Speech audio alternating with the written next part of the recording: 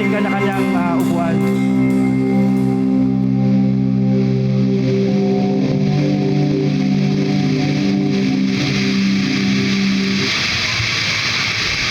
Yan, good morning po sa ating lahat. Inaanyayahan ko po yung mga kids na age 6 to 11. Sumama na po kayo sa inyong mga teachers sa Sunday School.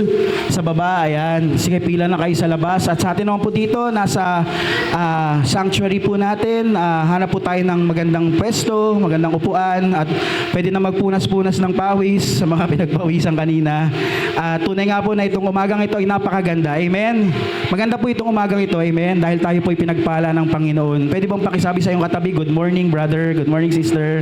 Pakingitian naman po, lalo na yung mga nakasimangot. Ayan, ayan. Good morning po sa ating lahat. So, okay rin po tayo online, no? Okay po. Hello po, good afternoon, good evening, and good morning po sa lahat ng nanonood via FB Live. Kung may time po kayo, pwede nyo pong i-share yung ating link sa mga kakilala nyo po para sila po ay makapakinig rin ng salita ng Diyos kahit na nasaan man sila ngayon, kahit nasa Bataan or sa mang lugar ngayon. Hello sa inyong lahat dyan na nanonood via FB Live. Ayan. Sa atin po nandito, bago ko po tawagin yung ating speaker, meron lang po few announcements. Yun po, una po, every Mondays to Fridays ang ating evening prayer na 7 o'clock in the evening. So pag magjo-join po kayo, agad-agad nyo pong i-mute yung inyong mga mic para di po namin naririnig yung mga usapan sa inyong mga kanya-kanyang tahanan. Ayan, mute nyo po agad pag magjo-join po. And every Saturday rin po, 5:30 a.m. po ang ating morning prayer. So yung iba pong announcements natin this coming month ng June, to follow po yan dahil patapos na po. Ang bilis po ng panahon, no? Patapos na po agad yung May. Ang bilis, parang lumipas lang. Ayan, so pero salamat po sa Panginoon dahil nanatili siyang tapat sa atin sa loob ng isang buwan ng May. Ayan. At ngayon po, dadako na po tayo sa June. Tag-ulan na uli. At ayan, pasukan na po sa mga estudyante. So, hopefully po, patuloy tayong pagpalain at patuloy tayong ingatan ng Panginoon sa susunod na mga buwan hanggang sa matapos tong taon na ito. So, hindi ko na po papahabain pa po. Pahabain ko pa ba? Okay na yan. Hindi ko na po papahabain pa po. Tawagin ko po ang ating speaker ngayong umagang ito. Talagang pinaghandaan niya po ang kanyang preach ngayong umagang ito. Di na po ako magsasalita pa. Tingnan niyo na lang po siya ngayong umagang ito. Tawagin ko po si Pastora Nicole Gubrin. Ayan. Pag-pray yung mga kids. Pwede pag-pray mo sila. Ngayon. Amen. Pwede bang palakpakan po natin ng Panginoon? Yan. So, welcome po sa ating gawain ngayon. Pwede bang sabihin mo sa katabi mo, good morning, sister. Good morning, brother. Hindi ako nakikita na pag nandiyan yung laptop ko. Okay, ayan. So, dito po tayo ngayon. So, ang topic po natin ngayong umagang ito ay connected din po sa napag-aralan natin last Sunday. Siguro kung may mga nakakaalala pa, ano po yung topic natin last Sunday? It's about... Wow, grabe, parang naligay niya sa puso at isipan niya yung perseverance na inatid sa atin ni Attorney Judah nung last Sunday. So somehow, yung message po natin ngayon ay from that message din po, from the message that narinig natin last Sunday. So ang title po ng ating message for today is The Mentor That You Didn't Ask For. So ano kaya ibig sabihin nito? No? So mamaya alamin natin ano ibig sabihin ng The Mentor You Didn't Ask For. So pero bago po tayo magpatuloy, allow me to pray for you. Let's bow our heads and let us pray. Lord, we just want to thank you, Lord, for this wonderful morning, oh God. Thank you, Lord, for the opportunity, oh God, to hear your word again, oh God, to be here in this place, oh God. And we just want your presence, oh God, to be in this place. We ask, Lord, that you open our hearts, open our minds, oh God, na mapakinggan namin, oh God, ang mga salita mo, oh God. And nawa, Lord, ay ito ay madala namin, Lord God, at malakaran namin sa aming buhay, Panginoon. Salamat, Lord God, sa maikling oras, Lord, na matututo kami at makakapag-reflect kami, O God, sa aming buhay sa mga oras na ito, Panginoon. Maraming salamat, Lord. We bring back to you the highest glory, praises, and honor. In Jesus' name we pray. Amen. So last, palakpakan po natin ng Lord. Napapapalakpak po kayo. Palakpakan po natin ng Panginoon. Amen. So bago po yun, nakaka-proud na kasi meron tayong mga youth ngayon po na magtitake ng exam since mga graduate sila ng senior high school, so mga magka-college na sila. So dumaan muna sila dito to pray, para makapag-pray sa kanila. So, sa isip natin, let's declare blessings po sa ating mga cutie pies, yung mga HRA girls natin na nag-lead kahapon ng feeding. Sila po today ay mag-e-exam. So, pwede bang kumaway muna kayo dyan? Ayan po sila, yung mga, para mga kinder lang po sila, no? Pero mga college na po yan. Yan. So, God bless you everyone. God bless.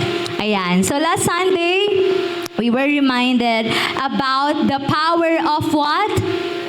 Perseverance in our lives, not just in our lives, but most especially in our Christian or spiritual life.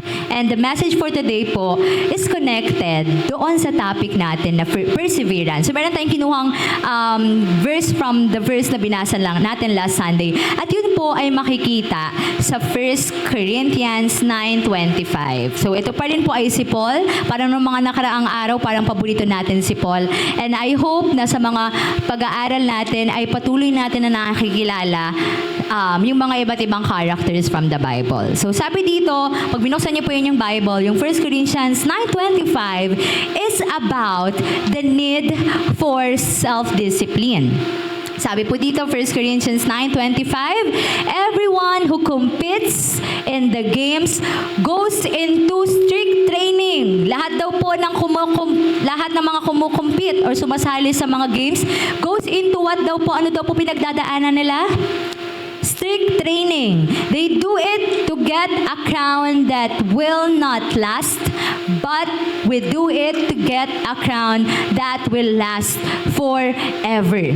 So sa madaling salita daw po, if we want to finish the race, hindi lang matapos, kung hindi, to finish the race well, we have to undergo to a strict training. Sino dito yung nakapag-gym? Nakapag-gym. Wow, sabay-sabay po natin tingnan si Kuya Judah. Nakapag-gym pero nabusog po ulit kasi siya. Okay. Sino po dito yung mga sa army? Mga army. Ano sa may mga training? Yung mga sa school? ROTC, galing talaga ni Vance. Mga nag-ROTC sa school. Mga Girl Scout, Boy Scout. Wala pa. Pero, yung mga tao na yon, they undergo strict training. Yung mga athletes daw po, don't train themselves alone. Ibig sabihin, even daw yung mga contestant, sino mga sumali na sa mga singing contest? Wala pa pong sumali sa singing contest. Dance contest. Mga beauty contest. Wala pa, si Ate Jaira. Mga runners daw po, athletes, next slide, don't train themselves alone. Ano daw pong meron sila? They have trainer, they have coach, they have mentor, teacher as an accountable partner to help them identify their weaknesses and help them overcome obstacles.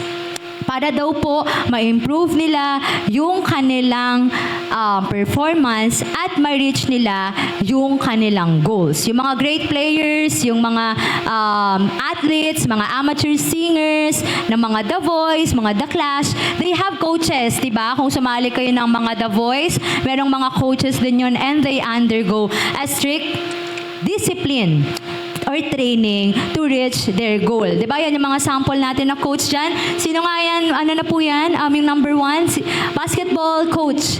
Yang Giao. Yan, ang mga basketball coach. Yan naman yung mga coach naman ng The Voice. Yung next naman ay walang iba. Kilala niyo po ba yan? Si Coach Freddy. Siya lang naman ang coach ni Manny Pacquiao. So ano naman, 'di ba? Anong point natin? And sa morning po na ito, our message for today is to appreciate the blessings of having a mentor, most especially in our lifelong Christian journey. Kayo po ba ay may mga mentor? Do you have mentors in your life? Taas po kamay ng may mga mentor, someone who pushes you, who encourages you, and someone who corrects you. Meron po ba kayong mga kino-consider na mentor sa buhay ninyo? Bakit kaya natin kailangan ng mentor? Sabay-sabay po natin yung aalamin sa mga susunod po na pag-uusap-usap natin. So in Proverbs 11:14, bakit kaya mahalaga daw ang mentor? Bakit kaya mahalaga ang coach, ang trainer, ang teacher sa buhay natin. Dahil in Proverbs 11:14, it says there that where there is no guidance, a people falls. Kapag wala daw pong guidance, ang tao daw po ay babagsak or magfo-fall or in other terms, hindi niya ma-reach yung goal niya o yung tinatahak niya. But in an abundance of counselors, there is safety.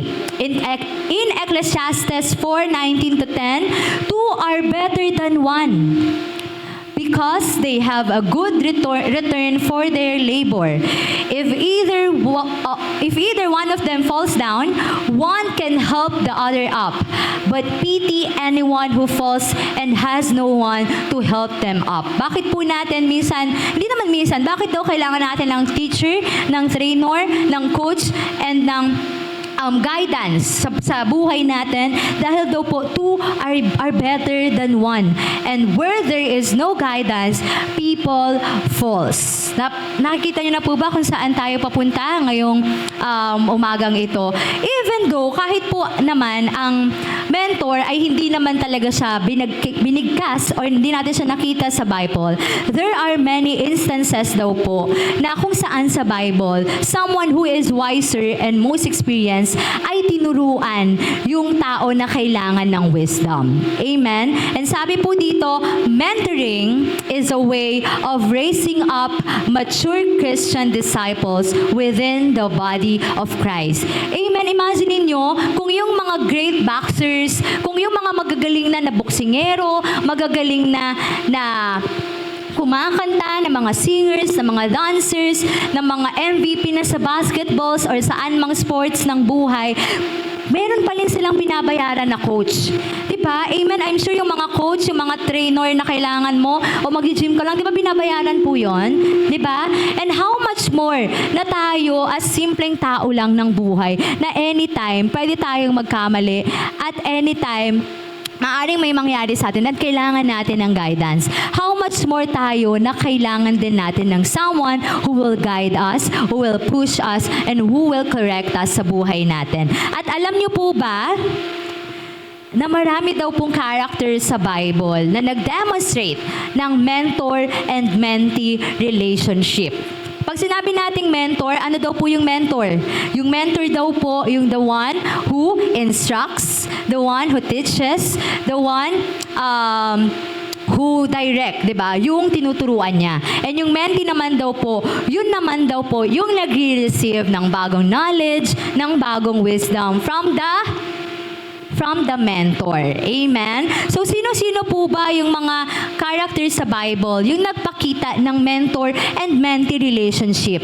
At ano yung mapupulot natin sa kanila sa mga oras na to, pagkatapos nating matapos yung ating message? So, number one, mentorship in the Bible po ay unang nakita kay Jethro nung minentor niya po si Moses. Sino pong nakakakilala kay Jethro or nakarinig na sa word na Jethro? Si Jethro lang naman po ang father-in-law ni Moses. So, ibig sabihin, papa nung asawa ni Moses, si Jethro. Gets niyo po ba yun? So, in Exodus 18, 19, and 21 to 22, makikita natin kung paano naging great mentor, paano naging great leader, great instructor, trainer, coach, teacher, si Jethro kay Moses.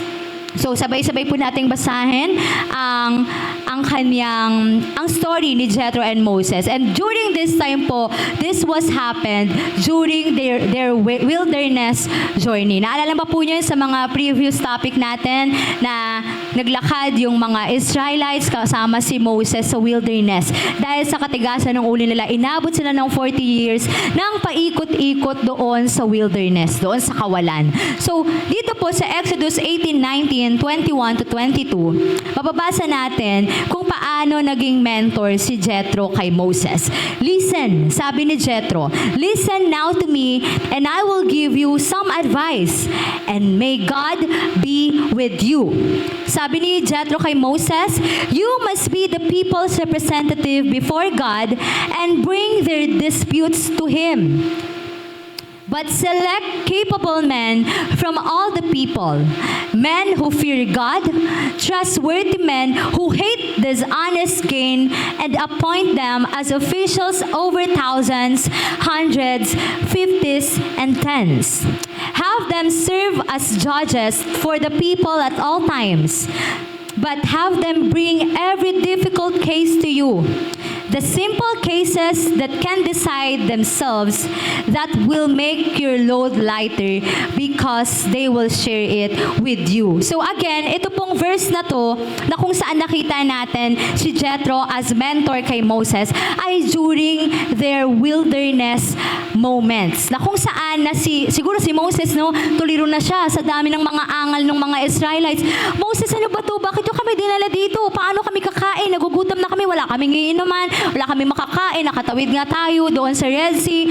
Pero ngayon nagugutom naman kami. Sana hindi mo na lang kami sinama dito. Nasaan ba yung Diyos mo? Sabi mo yung Diyos mo, tayo tutulungan niya tayo dito. Siya yung magpapalaya sa atin. Pero wala tayong nakain. And during that time na napakaraming tao, hindi na kinaya ni Moses. Di ba? Sa atin nga lang dito, magsabay-sabay tayo kunyari ng mga angal. Bakit ang init ng electric fan?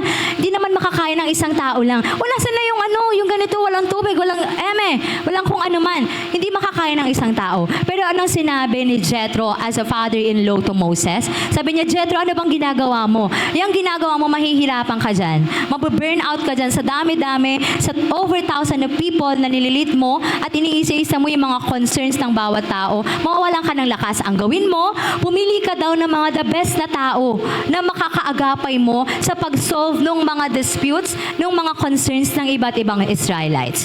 At pag binasa natin tuloy-tuloy ang Exodus, makikita natin na si Moses ay sinunod niya yung payo ni Jethro. Amen. Imagine, Moses is known for being a great leader. Amen. Pag si Moses, di ba, yung pag pumasok sa atin si Moses, kilala natin siya as someone na may staff. Di ba, may tungkod, inati niya yung Red Sea, nilid niya yung mga people papunta sa makatawid doon, pinalaya niya sa kamay ng mga Egyptians. Pero at the end of the day, he sought advice from someone na kung saan makikita niya kung paano ko masusolusyonan tong pinagdadaanan ko na yon. Amen. So, Jethro mentored Moses. And at the same time, si Moses, he humbly obeyed kung ano yung sinabi sa kanya ni Jethro.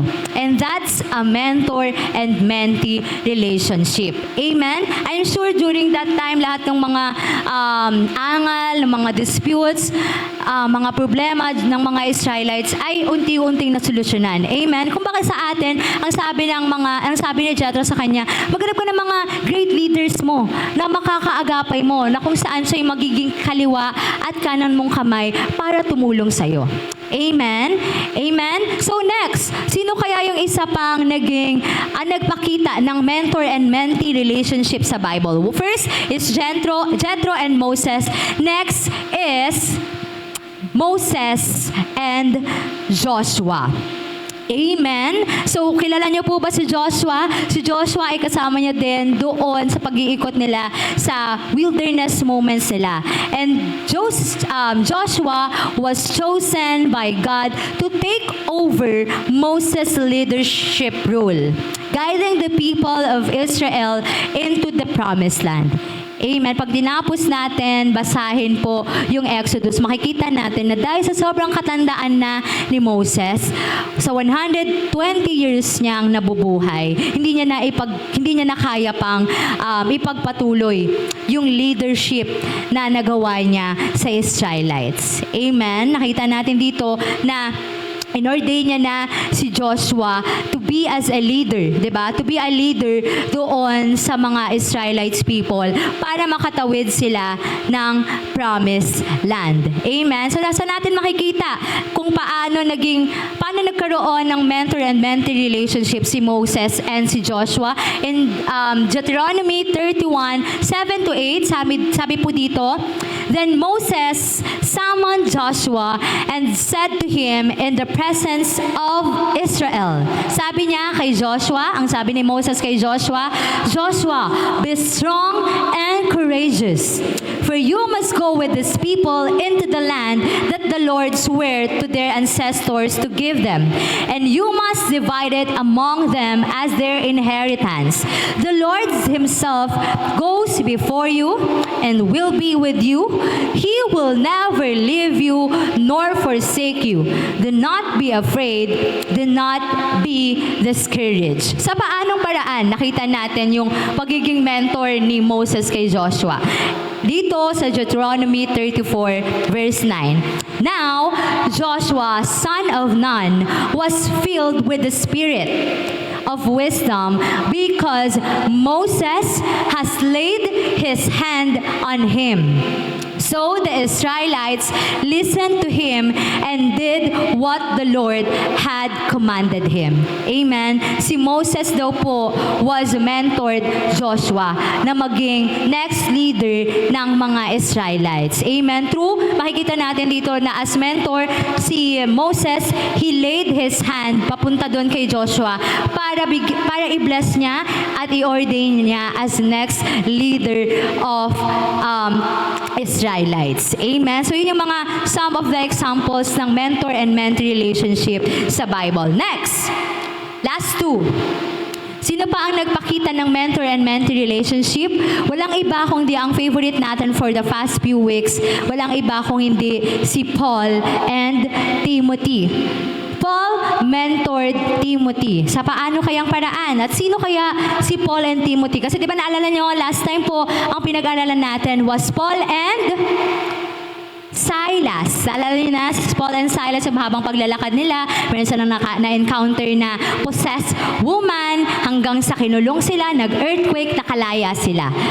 To cut lang yung long story. So dito naman, Paul mentored Timothy. In what way kaya? 'Di ba? Sabi po dito, paano niya mentor si Timothy? Pero bago yon, paano muna nagkakilala si Paul and si Timothy?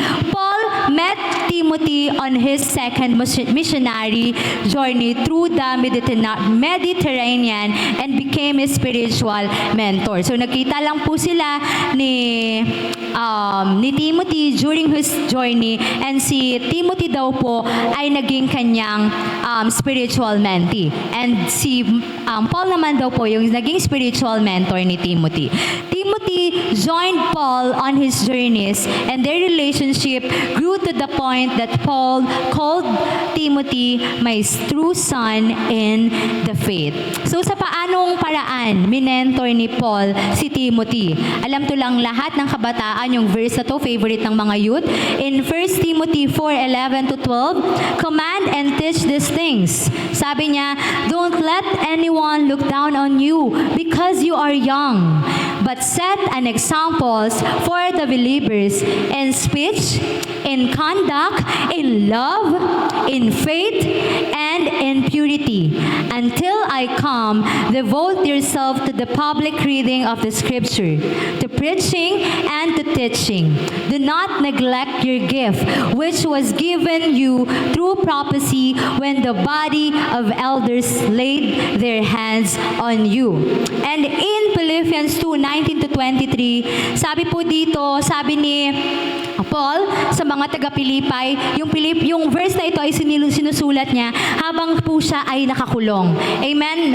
Naalala niyo po yun? Way back ng mga nakaraan, pinag-aralan natin si Paul having the joy despite of being in prison sa kanyang pag-share ng gospel. So ito naman yung sinabi niya sa mga taga-Pilipay. Sabi niya, I hope in the Lord Jesus to send Timothy to you soon, that I also may be cheered when I receive the news about you.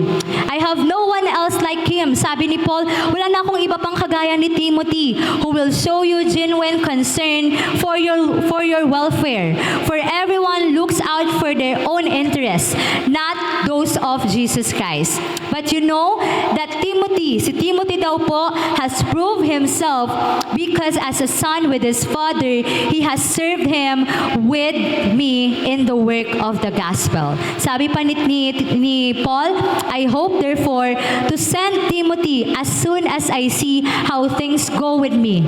And I am confident in the Lord that I myself will come soon. Amen. So si Timothy, yung leader in the making ni Paul during nakakulong siya sa kulungan sa pag-share ng gospel. Naalala niyo po yon? And si Timothy po ay parang mga bata pa lang siya. Siguro young man pa lang siya noon nung tinitrain siya, nung dinidisciple siya ni Paul. Kaya ang sabi niya kay Timothy, do not let anyone look down on you just because you are young, Timothy, but set an example to the believers in speech, in conduct, in love, in faith, and in purity. And later on, kapag binasa niyo po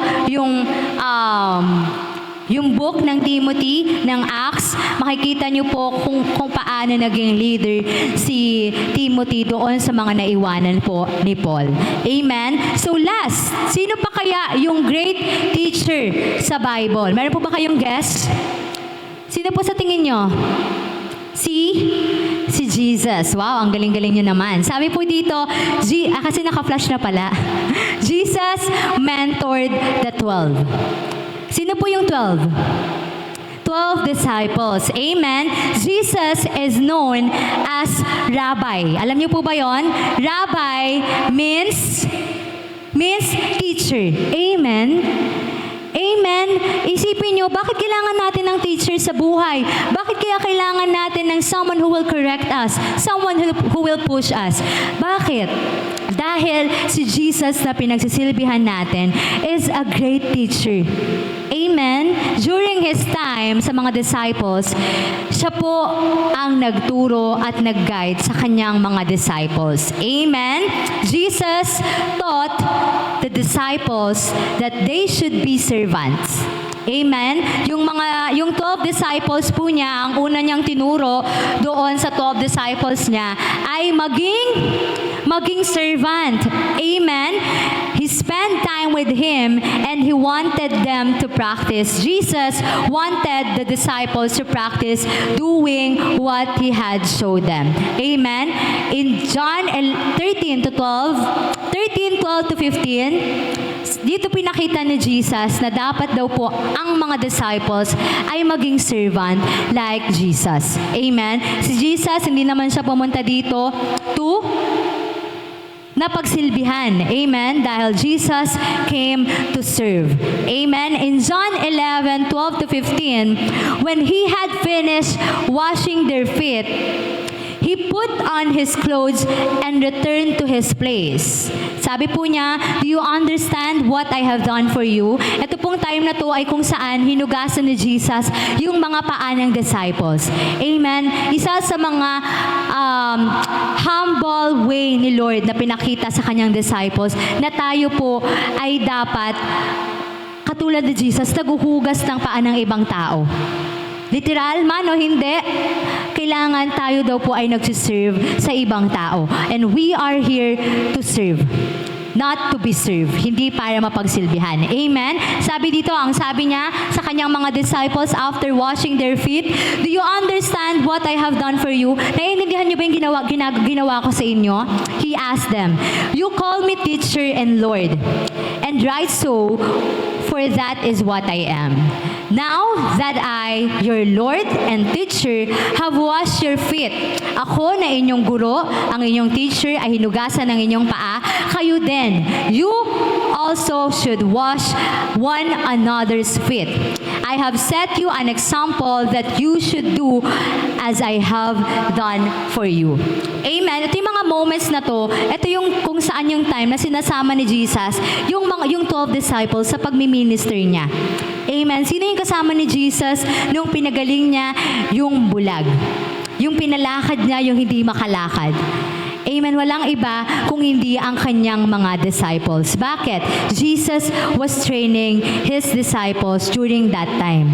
Amen. Hindi lang alam ng mga disciples niya kung bakit sila sinasama ni Jesus during that time. Akala siguro nila para ma-amaze sila na si Jesus, kaya niyang gawa ng iba't ibang miracles, kaya niyang magpakagaling ng may mga sakit, kaya niyang magpalakad ng mga pilay. Without knowing na si Jesus, tinitrain niya pala yung mga disciples niya para maging kagaya niya at sumunod sa kanya. Amen? So sa first example ng washing of their feet, Jesus demonstrated that His disciples na dapat sila ay maging servant like Jesus. Amen?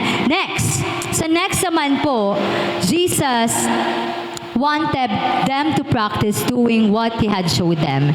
Amen? Pinapractice din ni Jesus na magkaroon ng faith yung mga servants niya. Amen? Sa pagpe-pray at sa paggagawa ng miracles and paghihil ng may mga sakit. In what way? In Luke 9:1 to 2 and 6, when Jesus had called the 12 together, He gave them power and authority to drive out all demons and cure diseases. And He sent them out to proclaim the kingdom of God and to heal the sick. So they set out and went from village to village, proclaiming the good news and healing people everywhere.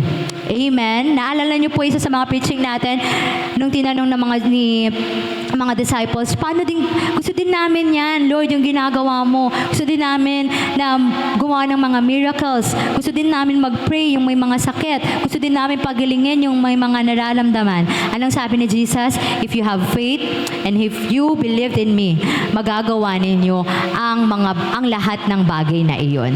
Amen. So Jesus is our teacher. Amen? Amen? Nandiyan pa po ba kayo? Amen. So ano kaya? Bakit mahalaga ang mentor and mentee relationship lalo sa atin as Christian? Amen? Lalo sa atin na may relationship sa Panginoon. In 2 Timothy 2 verse 2, and the things you have heard me say in the presence of many witnesses, and trust reliable people who will also be qualified to teach others. Amen. And ito pong verse na to, nagpapakita ng mentor and mentee relationship is important in our Christian journey. Amen?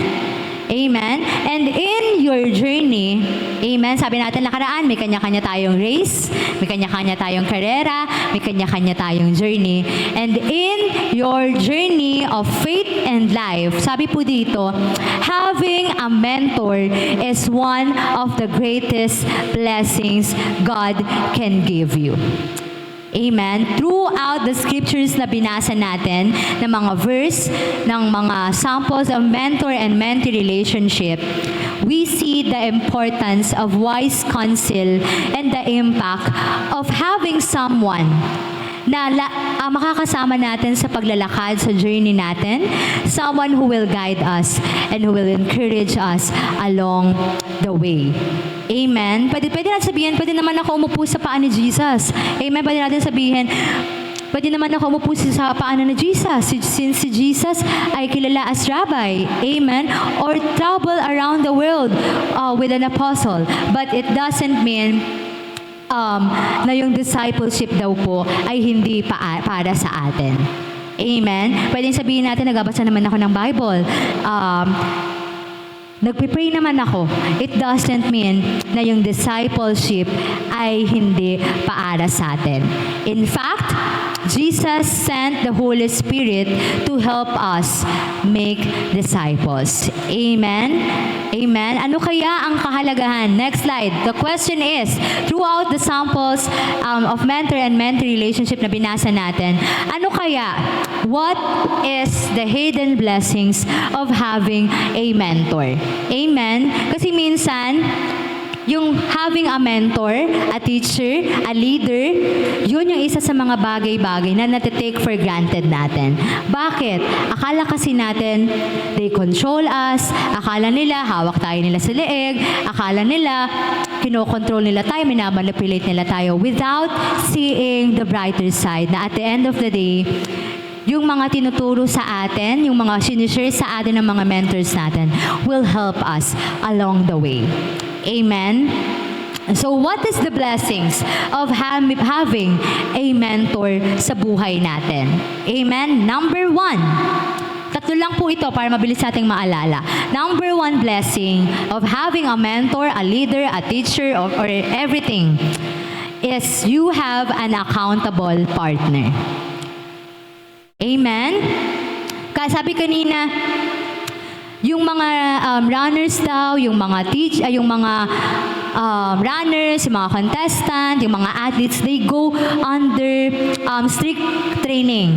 Amen? Sabi ko nga, naalala ko last time, sabi namin sa papa ko, paano kaya kung hindi stricto si papa, no? Paano kaya kung hindi tayo, hindi siya stricto sa atin? Paano kaya kung medyo maluwag sila, si mama at saka si papa? Parang sabi namin, siguro ano na kami ngayon? Alam mo yun, parang ginagawa na namin yung gusto namin ng mga bagay-bagay. Siguro binadali namin yung mga bagay-bagay na hindi pa namin dapat ginagawa sa age namin. Amen? Kaya sabi ko, maganda din pala na somehow meron kang niluluok up na tao na who will train you, who will correct you, yung hindi sobrang maluwag sa'yo, hindi din sobrang stricto sa'yo, pero who will guide you all throughout your journey. Amen? So ngayon, ano daw po yung blessing of having a mentor sa ating Christian life? Number 1, you have an accountable partner. Amen? Sabi sa Genesis 12 to 18, it is not good that the man should be alone. Hindi daw maganda sa tao ang mag-isa. Anong sabi ni Lord? I will make him a helper fit for him. The question for today, do you have an accountable partner in your life? It's either a mentor, a leader, kino-consider mo a teacher, someone who pushes you sa buhay mo. Kasi kung wala, mahirap daw po nating matapos ang karera. Amen? Amen? God never intended for you to walk through life without guidance. Katulad daw po ni Moses who mentored Joshua, Paul who mentored Timothy, we need people in our lives who can share their wisdom, offer godly advice, and help you go into the person God is calling you to do. Amen. Meron ako. Ano kaya yung, siguro sasabihin mo, meron naman ako accountable partner. Pero the question is, yung accountable partner mo ba ay nilalapit ka sa Diyos, sa Panginoon, or lalo kang nilalayo? Amen. Our goal is to become more closer and closer, to have a deeper and deeper relationship sa Panginoon. At paano mangyayari yon? We need an accountable partner. Amen. Kayo, tanungin niyo po yung sarili ninyo, sino ba yung mga nakakasama ko? Sino kaya yung mga someone na masasabi kong through thick and thin, kasama ko siya? At hindi lang kasama mo, sasaya o tuwa, someone na mabibigyan ka ng proper guidance, ng proper wisdom and knowledge, lalo na sa makamundo nating panahon ngayon. Amen? So, pag mahirap yung buhay, sino yung tinatakbuhan mo? Tinatakbuhan natin para manghingi ng advice, para manghingi ng prayers, para i-guide tayo. Amen? So, bakit kaya natin kailangan? Sabi po dito, Proverbs 13-20, walk with the wise and become wise, for a companion of fools suffers harm. Amen? Who is inside your sphere of influence? Amen. Sa sphere of influence mo ba, you have someone na masasabi mong accountable and reliable partner mo sa buhay. Is someone who will help you to become more closer sa Panginoon at hindi ka ilalayo sa Panginoon. Amen? Amen? Sabi nga po, may nabasa ako, ang nakalimutan ko. Sabi doon, ikaw yung mga nakakasama mo. You, who you are with. Diba? Sabi doon, you are what you think, you are what you say, you are what you act, you are what you eat, you are what you think, and whatsoever. Pero at the same time, ikaw din yung klase ng tao na nakakasama mo sa mga araw-araw mong buhay. Amen? Napakadali kaya ng influence. Diba? Kapag yung mga kasama mo, laging negative, laging hindi maganda yung nasasabi, hindi maganda yung mga nasi-share sa buhay, minsan na-adapt natin, di ba? Because energy, madali siyang matransfer. Amen? Pero pag ang nakakasama mo ay full of wisdom, hindi lang wisdom tooth, yung talagang wisdom, full of knowledge, yung makakatulong ka to grow, panalo ka na sa buhay. Amen? Sa mga tao na nakakasama mo, pag alam mo meron kang right people. Sino yung mga right people? Yung mga tinutulungan ka to become more better in life. Hindi mo pa nare-reach yung race, yung finish line, pero pag may kasama kang the best accountable person sa buhay mo, panalo ka na sa buhay. Kaya the question is, do you have an accountable partner? It's either your leader, your mentor, your teacher, panalo na tayo sa buhay. Amen? No matter what your age. Kahit anong age mo, di ba? Si Paul at saka si Timothy, malaki yung gap nila as a mentor and mentee. Pero si Timothy, he was humble enough to accept new knowledge and wisdom from Paul as his mentor. Amen? Amen. Naalala ko na nag-start pa lang ako sa ministry. Ang ikino-consider ko na aking mentor, ay walang iba, si Pastor Rax, si Ate Rax, di ba? Parang makikita mo siya as strong, anong tawag doon, strong personality, parang akala mo, ginaganto kanya, ginaganyan kanya, pero later on, sa lahat ng mga nakakausap ko, ng mga naging leader si Ate Rax, ang isa sa mga pinagpapasalamat nila ay na-shape yung discipline nila. Amen? Amen? Yung pagiging on time mo, pagiging ready mo sa lahat ng ginagawa mo. And next na natutunan ko kay Ate Rax is yung let your yes be yes and yung no mo is be no. Amen? Hindi ko lang siya nadala sa ministry. And even sa buhay ko, sa buhay ko, di ba? Nagamit ko siya na if I said yes, papanindigan ko yung yes ko. Pag sinabi kong no, no din. Amen. Si Ate Rax, alala niyo ba si Ate Rax? Si Ate Rax din ang aking naging mentor pagdating sa worship leading. Tapos nung lumipad na sila ng Texas, si Ate Vanessa na. Amen. Narinig niyo ba yung boss ni Ate Vanessa? Si Ate Vanessa kaganyan-ganyan lang yan. Pero the best po yan na mentor pagdating sa singing. Amen. Amen. Pero kidding aside, we have to have the right people in our lives, lalo sa Christian life natin. Amen? Amen? Kung meron ba kayong mga kino-consider as your accountable partner, ako nung ginagawa ko, sabi ko, I am grateful sa papa ko, sa mama ko, kasi yung pagiging stricto nila, dati, akala namin, kunyari pag may mga swimming, yung mga swimming, alala yung mga grade 9, di ba, pag mga magtatapos yung mga school year, meron bang ganun, mga swimming, di nila kami pinapasama sa mga ganun. Never nila kami pinasama. Pero later on, alam mo, pag nasa tamang age ka na, alam mo, i-inform mo na lang sila. Pero sabi ko, okay din. Kasi baka kapag sobrang luwag nila mama, ginawa na lang namin yung mga gusto namin gawin. Amen. Ganoon din sa spiritual life natin. Kailangan natin ng mga right people sa buhay natin. Amen. No matter what your age, sometimes our temptations do too. Ano ibig sabihin? Wala namang pinipili ang age yung temptation. Kaya kailangan natin ng accountable partner sa buhay natin, lalo sa makamundong lugar na mundong ginagalawan natin. We all need someone who can hold us accountable to godliness and discipline during all seasons of life. Bakit? Ano ang sabi ni Jesus? Kahit ayawan natin yung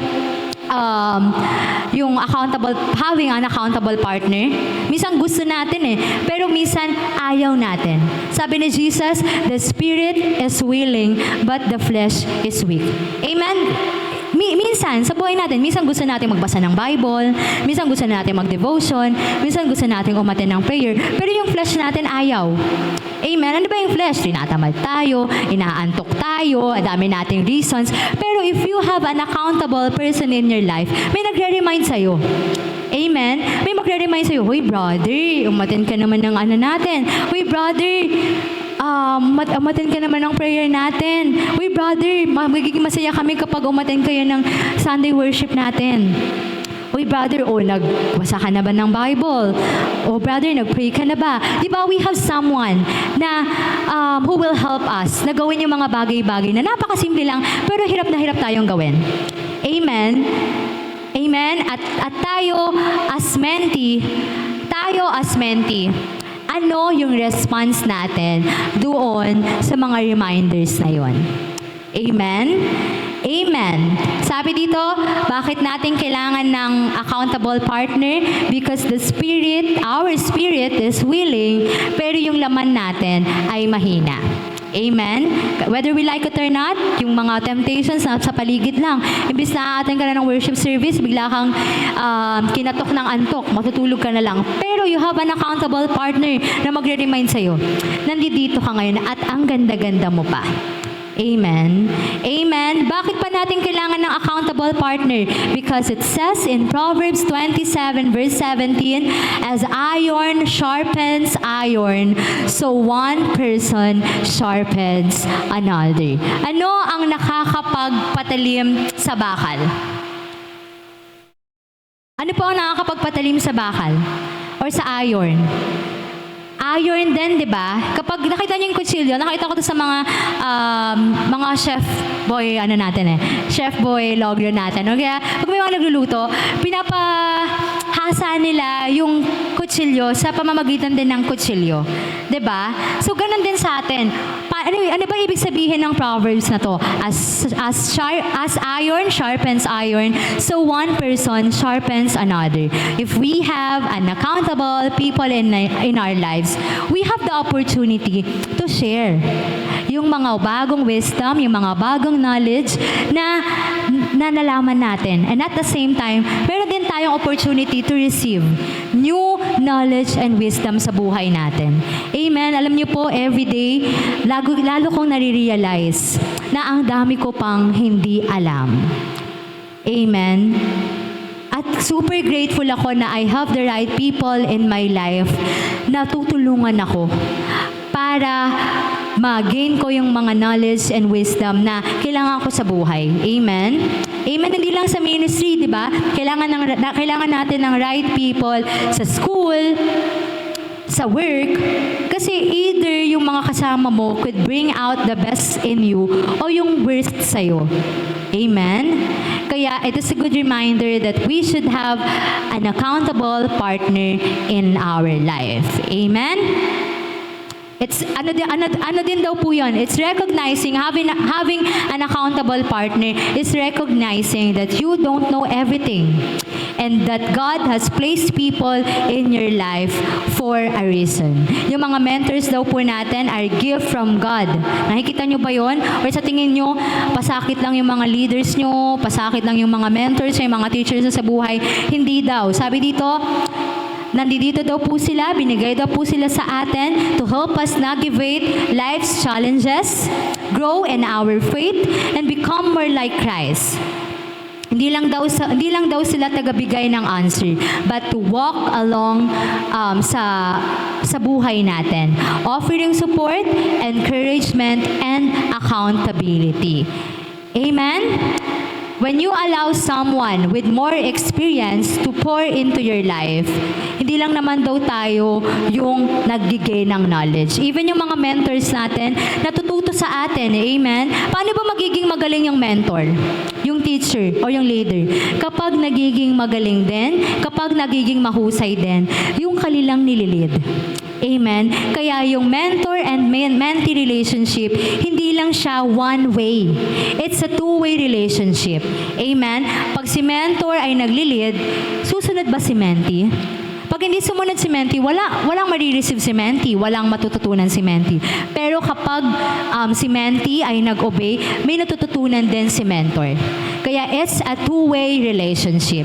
Amen? Kaya kailangan natin ng accountable partner sa buhay natin. Next, last two, bakit natin kailangan ng mentor sa buhay natin? Katulad na ng pagpe-persevere. Yung pagpe-persevere, it humbles us. Next, yung pagkakaroon din daw ng mentor, it humbles you and it humbles you as you gain new wisdom and knowledge. Amen? Mahirap tumanggap ng bagong kaalaman, mahirap tumanggap ng correction, mahirap magpaturo sa mentor, sa teacher, kapag ikaw ay ayaw magpaturo. Amen? Kaya kailangan natin ng 100% humble heart, humility, para mag-gain ng knowledge and ng new wisdom. Amen? Amen? In Proverbs 15:22, plans fail for lack of counsel, but with many advisors, they succeed. Sabi sa Proverbs 13-14, the teaching of the wise is a foundation of life, turning a person from the snares of death. In Proverbs 19:20, listen to advice and accept discipline, and at the end, you will be counted among wise. Lahat daw po ng mga tao na nag-a-accept ng corrections, ng disiplina, ng bagong wisdom and knowledge, they are considered as wise people. Tingnan mo kung ang katabi mo po ay hindi madaling ma-offend. Tingnan mo nga. Tingnan mo nga kung hindi madaling ma-offend yung katabi mo. Ibig sabihin, sila daw po ay wise. Amen. At sa NCC family, punong-puno naman ng mga wise people. Amen. Amen. Sabi natin kanina, bakit natin kailangan ng mentor? It will humble us. Amen. Napakahirap sumunod kapag you are full of yourself. Katulad nung sinabi, nung pinag-alalan natin, kapag kontento na tayo, kapag complacent na tayo sa life natin, hihinto na rin tayo to seek advice from the right people. Kasi akala na natin, kaya na nating lahat. Amen? Kahit mag-persevere tayo, if we fail to ask wisdom, to ask knowledge, at wala tayong accountable people sa buhay natin, whether we like it or not, we will fail. Amen? Kahit si Pacquiao, di ba? Magaling siyang boksingero. Pwede naman sa tagal-tagal sabi niya, ay, Coach Freddy, hindi na kita kailangan. Pero hanggang sa mag-resign siya being a boxer, kasama niya si Coach Freddy. Di ba? How much more tayo sa Christian relation, sa Christian life natin na napakadaming temptation. Nasabi ni Jesus, our spirit is willing but the flesh is weak. Lalong kailangan mo yung katabi mo. Lalo't kailangan mo yung binigay sa'yo ni Lord na mentor sa buhay mo. Amen? Nandiyan pa po ba kayo? At sa tingin niyo po, ano po ang kalaban ng humility? Bakit ba tayo nahihirapan to accept? Ano po? Sige, lakasan niyo po. Pride. Amen. Bakit natin ayaw minsan sumunod? Bakit ayaw natin minsan makinig sa mga leaders natin? O bakit parang sa tingin natin yung mga leaders natin, mga ito naman to, puro utos naman to, puro ano naman to? It's because of pride. Amen. Kung doon pa lang, nakita ko yung pag-guide sa akin ng mama at papa ko, as parang, doon naman to si mama at si papa naman, mag-swimming lang naman, or may gagawin lang naman. Baka ngayon, nasa ano ko, kung nasan man ako. Baka nung nagsisimula pa lang ako sa ministry, kung nakita ko yung pagiging strict nila Ate Rox and Pastor Edwin as punishment, as sanction, baka wala ako dito ngayon. At baka hindi ako naging the best version of myself na kung saan ako ang ginawa ni Lord. It humbles us, amen? And every day, it will humble you kapag nalaman mo na marami ka pang hindi alam. Amen? Kasi pag sinabi mo, alam ko na yan, mo na ituro yan, lalaki yung ulo natin. Amen? And we will be dependent on ourselves. At mahirap yon kapag dumepende na lang tayo sa sarili natin. Amen? Mahirap yon. Lalo't na at alam natin, our lives is full of challenges. Yung karera natin ay mahirap. Hindi natin kakayanin mag-isa. Even si Jesus, di ba? Ano sabi niya? It is not good for a man to be alone. Hindi natin kakayanin mag-isa. Ano ang nakakasira sa humility? It's pride. In Proverbs 29:23, prides bring a person low, but the lowly in spirit gain honor. Bakit ayaw natin makorek? It's because of our ego and pride. And if we want to finish the race, well, we have to be humble enough to accept improvements and corrections sa right people na binigay sa atin ng Panginoon. Amen? Yung mga leaders natin, yung mga mentors natin, hindi lang yan binigay ni Lord as design, as palamuti. Meron silang contribution sa buhay natin. And tayo as mentee, we also have a responsibility, a contribution sa mga mentors natin. Amen? Yung mentor mo could be a great leader, depende sa response na gagawin ng mentee. Amen? Amen? Amen. Kaya I hope naging reminder sa atin na we have to have an accountable person in our lives kasi it will humble us and will make us realize na we don't know everything yet. Marami pa tayong hindi alam. Last but not the least, bakit kailangan natin ng mentor at ano ang blessing ng mentor sa buhay natin?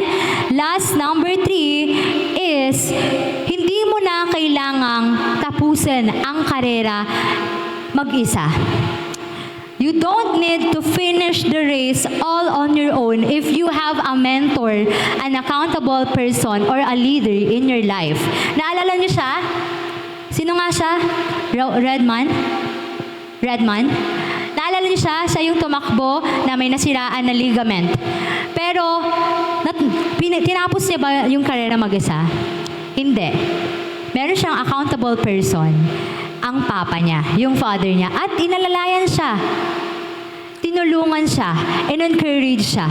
Di ba na, sige, okay lang yan. Siguro sinasabi sa kanya, okay lang yan, sige, tapusin mo lang.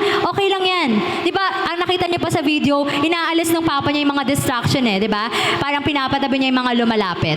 Para matapos nung anak niya, yung race, yung journey. Amen. Ganun din tayo sa life natin. Hindi lang natin makikita na yung mentor natin is a blessing. O para makikita natin kung ano man sila ngayon, pero later on, makikita natin na our leaders and mentors are blessing sa buhay natin.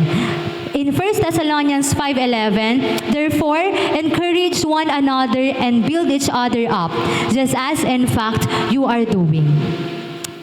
In 1 Corinthians 12:26, if one member suffers, all the members suffers with it. If one member is honored, all the members rejoice with it. Ilang beses na natin itong sinasabi.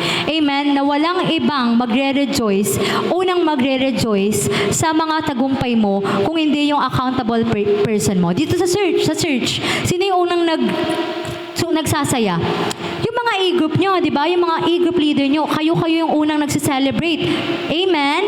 Kapag malungkot ka, sino ang unang rumirescue sa'yo? Sino yung nagpipray sa'yo? It is your leader. It is your mentor. At wala nang iba pa. Amen? They are a gift from God. Amen? Kaya ngayon, when was the last time that you appreciate your leader? When was the last time na pinasalamatan mo yung leader mo sa mga simpleng paraan na pagpa-follow up sa'yo, sa pagtitrain sa'yo, sa pag-guide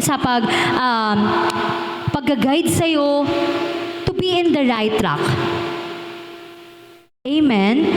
When was the last time na nireplyan mo yung leader mo? Amen? And yung mga leaders, wala naman silang ibang gusto di ba? Na mapabuti yung mga mentee nila.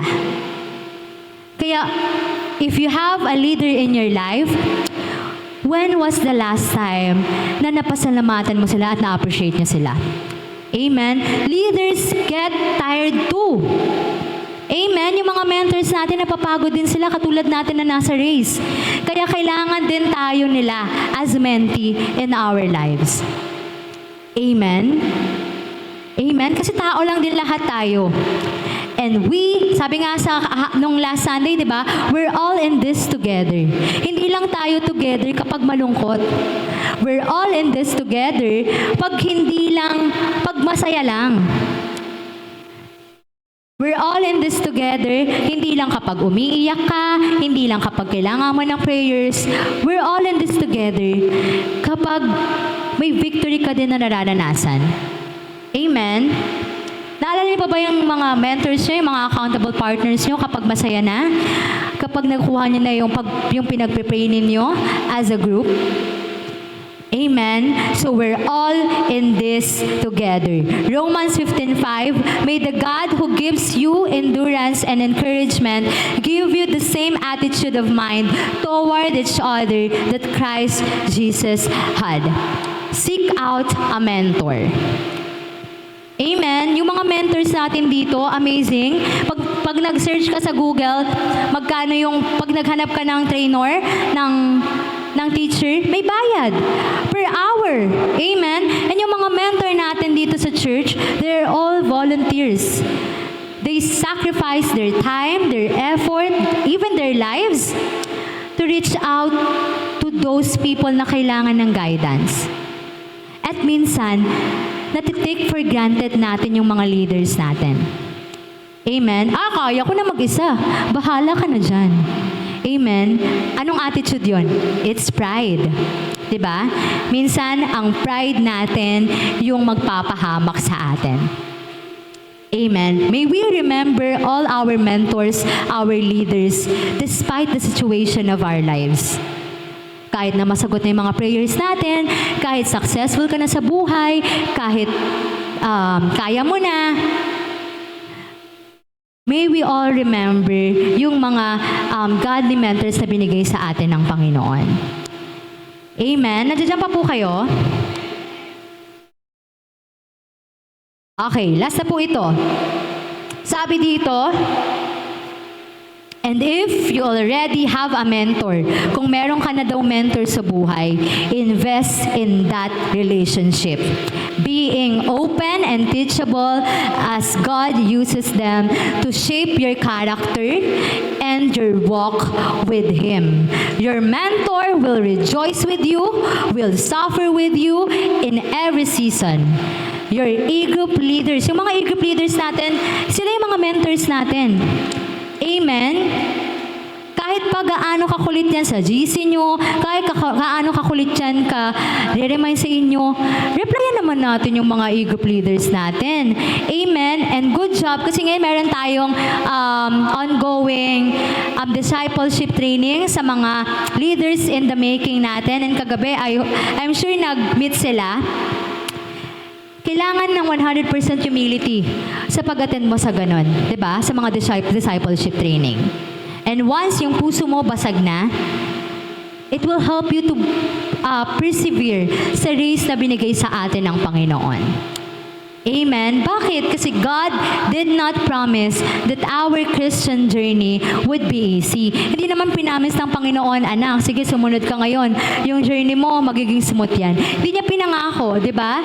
Pero ang pinangako ng Lord, He will give us someone to help us and to encourage us. Amen? Sa ating journey, kailangan din natin ng strict training. Amen? Sabi ko nga, oo nga no, yung mga artista, dumadaan sila sa strict training. Ginagawa nila yon to gain a glory for themselves, di ba? Ginagalingan nila para ma-praise sila, mapapurihan sila. How much more tayo na naglilingkod sa Panginoon? That all the glory belongs to Him. Bakit hindi tayo dumaan sa strict training? Amen? And every day, we have to work on our spiritual journey para matapos natin yung journey natin. Amen? We have to go a strict training. Anong training? It is a discipleship training. Amen?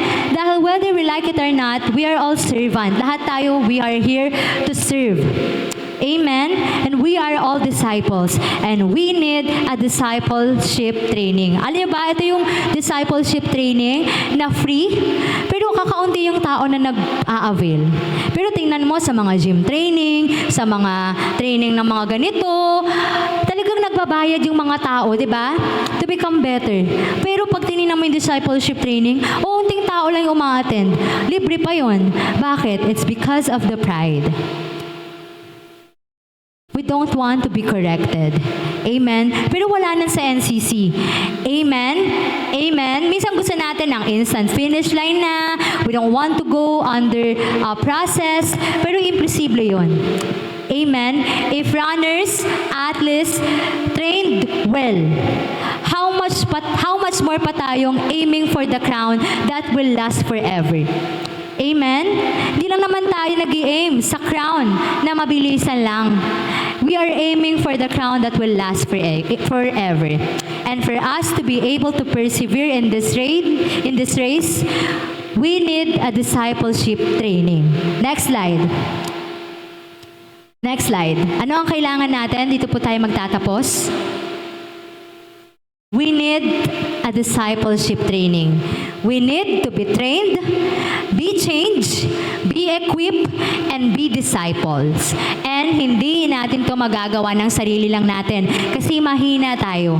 Our spirit is willing, but our flesh is weak. Kaya we have to have a mentor in our lives. Amen. At kung meron nang binigay sa si Lord na mentor, mahalin mo yung mentor na yan. Invest in that relationship. Dahil sabay-sabay tayong mag-i-aim for a crown that will last forever. May natututunan po tayo? May natutunan po ba tayong lahat? Amen? I hope may natutunan po tayong lahat sa blessing of having a mentor in our lives. Amen? Again, having a mentor will help us to have an accountable partner. It will humble us, and it will help us to not finish the race alone. Amen. Sige po, palakpakan po natin ang Lord and let us pray. Allow me to pray for you, Lord. We just want to thank you, Lord, for this afternoon, for this morning, oh God. We just want to thank you, Lord. We praise you. We glorify you, oh God. Thank you, Lord, for reminding us, Lord, that our mentors, oh God, our leaders is blessings, oh God. Lord, alisin mo, Lord, sa puso namin yung pride. Alisin mo, Lord, yung sa puso namin, Lord God, na kaya namin ang lahat. Lord, our spirit is willing, Lord, pero mahina kami, Panginoon. Kaya we need someone, Lord God, the right people, a godly people who will help us, Lord God, to finish the race, oh God. Kahit kami ay nasasaktan, to finish the race, oh God. Kahit kami ay may dalahin, to finish the race, oh God. Kahit kami ay sugatan, oh God. We will finish the race, oh God, kasama yung mga accountable partners namin sa buhay namin, Panginoon. We just want to thank you, Lord. Lord, forgive us if sometimes, oh God, ay natitake for granted namin, Lord God, yung mga leaders na binigay mo sa amin, Lord God. Natitake for granted namin yung mga mentors, Lord God, mga teachers na ipinagkaloob mo sa buhay namin, oh God. Lord, help us transform our heart. Lord, give us a humble heart, a humble spirit, oh God, to have a heart, oh God, that will accept guidance, that will accept corrections, that will accept redirections, oh God, from you as you bless us with the right people, right mentors in our lives, oh God. Lord, we're all in this together, oh God. Wala sa aming malalaglag, Lord God. In every situation of our lives, Lord, we will praise you, oh God, and we will finish the race with perseverance kasama yung tao, Lord, na ipinagkaloob mo sa amin, Lord God. Kasama yung mentor and leader na pinagkaloob mo sa amin, oh God. Just want to thank you, Lord. Open our hearts, our minds, Lord, na madala namin ito, hindi lang sa mga oras na to, oh God, kundi sa mga susunod pang araw, Panginoon. We just want to thank you. We love you. In Jesus' name we pray. Amen.